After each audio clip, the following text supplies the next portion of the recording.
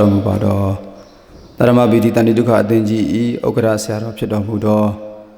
ဇာတော်ကားကြောင့်ဆရာတော်ဘုရားအမှုပြုတော်ဒုတိယဥက္ကဋ္ဌအကျိုးတော်ဆောင်ဖွဲ့ဝင်ဆရာတော်ဘုရားများနဲ့တကွဆရာဆရာမအားလုံးတို့အားဘုရားကြီးတော်တို့မင်္ဂလာပါလို့နှုတ်ခွန်းဆက်တာရင်ကျေးဇူးတော်ရှင်ဆရာတော်ဘုရားများအားရှိခိုးဥတင်ဂါရဝပြုပါတယ်ဘုရားမကွေးတိုင်းဒေသကြီးနမောက်မြို့နယ်ထမင်ကုန်းကြီးကျေးရွာကမ်းဆွဲကျေးရွာအောင်ပြင်းငိမ့်ချံကျွဲတဲ့ကျောင်းတိုက်ကြီးအတွင်းတရမပီတိတန်တိဒုက္ခအသင်ကြီးကတရမပီတိခင်ချိုထေဓမ္မဗိမာန်တော်ကြီး၌ဆရာတော်ဘုရားကြီးများ၏ဩဝါဒကိုခံယူလျက်နိုင်ငံတော်သံဃာမဟာနာယကအဖွဲ့တွဲဘက်အကျိုးတော်ဆောင်အရှင်သီရိကင်စနာပိဝန်သားနှင့်အလုံးမှုဆောင်ဆရာတော်များဦးဆောင်၍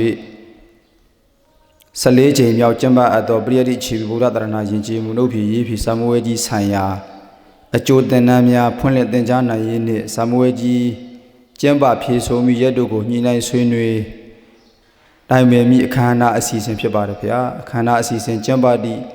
နေ့ရက်ဆွဲအားဖြင့်ကတော့1989ခုနှစ်တကူလဆန်း6ရက်ခရစ်နှစ်2026ခုနှစ်မတ်လ23ရက်တနင်္လာနေ့ညနေချမ်းကာလဖြစ်ပါတယ်ဗျာအချိန်အပြင်ဖျားရတို့4နာရီ16မိနစ်ဖြစ်ပါတယ်ဗျာနေရာကတော့အောင်ပြင်းငိမ့်ချမ်းကျွဲတဲ့ကြောင်းတိုက်တရမပီတိခင်ချိုတေဓမ္မဗိမာန်တော်ကြီးတရမပီတိတန်တိဒုက္ခအသင်ကြီးမှာဖြစ်ပါတယ်ဗျာဤစီစဉ်ရအစီအစဉ်ကိုနမောတတသုံးချိန်ရွတ်ဆိုဖျားရှိခိုး၍အခမ်းအနားဖွင့်လှစ်ခြင်းအစီအစဉ်နဲ့ရာတရမပီတိတန်တိဒုက္ခအသင်ကြီးဤဥက္ကရာဆရာတော်ဖြစ်တော်မူသောကျော်တော်ကောင်းကျောင်းဆရာတော်ဘုရားထံမှဩဝါဒခံယူခြင်းအစီအစဉ်နဲ့ရာဒုတိယဥက္ကရာဆရာတော်ဘုရားနာမောဆရာတော်ဘုရားထံမှဩဝါဒခံယူစာမွေးကျမ်းပါဖြည့်ဆိုမိခြင်းနဲ့ဘာသာရပ်ဆိုင်ရာတို့ကိုဆရာတော်ဘုရားထံမှဆရာတော်ဘုရားကမိန့်ကြားခြင်းခန္ဓာအစီအစဉ်300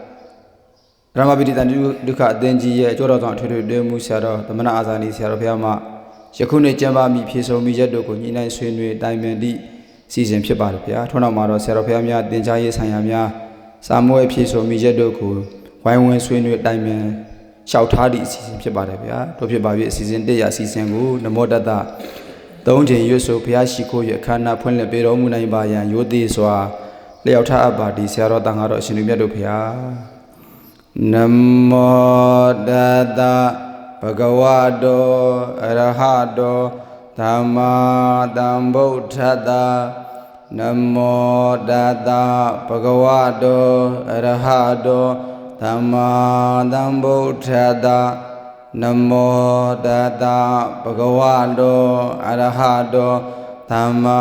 သမ္ဗုဒ္ဓတ္တအစီအစဉ်နဲ့ရတရမပီတိတန်တိဒုက္ခအသင်ကြီးဤဥက္ကရာဆရာတော်ဖြစ်တော်မူသောကျော်တော်ကားကြောင့်ဆရာတော်ဘုရားမှဩဝါဒကထာချီးမြှင့်ပေးတော်မူနိုင်ပါရန်ယုသေးစွာလျှောက်ထားပါသည်ဗျာ